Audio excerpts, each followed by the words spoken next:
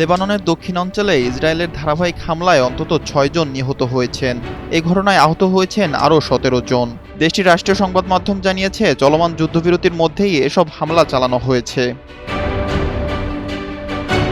লেবাননের national news agency NNA জানায়, Israeli বাহিনী কান্তারা, কুসাইর, ওয়াদি হাসান, ইয়হমোর আল শাকিফ এবং হৌলা এলাকায় কামানের গোলাবর্ষণ চালায়। ইয়হমোর আল শাকিফ শহরে একটি মোটরসাইকেল ও একটি ট্রাককে লক্ষ্য করে ড্রোন হামলা চালানো হয়। লেবাননের স্বাস্থ্য মন্ত্রণালয় জানিয়েছে, ওই হামলায় অন্তত ৪ জন নিহত হয়েছেন।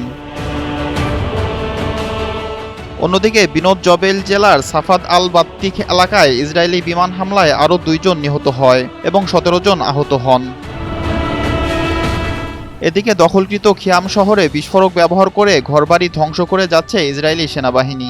রাজধানী বৈরুতের আকাশেও সকাল থেকে নিচু উচ্চতায় ইসরায়েলি ড্রোন উঠতে দেখা গিয়েছে। ২ মার্চ হিজবুল্লাহ সীমান্তবর্তী হামলার পর থেকে ইসরায়েল লেবাননে ব্যাপক বিমান হামলা ও দক্ষিণাঞ্চলে স্থল অভিযান চালিয়ে আসছে। ২৮ ফেব্রুয়ারি যুক্তরাষ্ট্র ও ইসরায়েলের ইরানে হামলার পর থেকে পুরো অঞ্চলই উত্তেজনায় রয়েছে। লেবাননের কর্মকর্তাদের তথ্য অনুযায়ী ২ মার্চ থেকে এখন পর্যন্ত ইসরায়েলি হামলায় প্রায় ২৫০০ মানুষ নিহত এবং ১০ লাখের বেশি মানুষ বাস্তুচ্যুত হয়েছেন।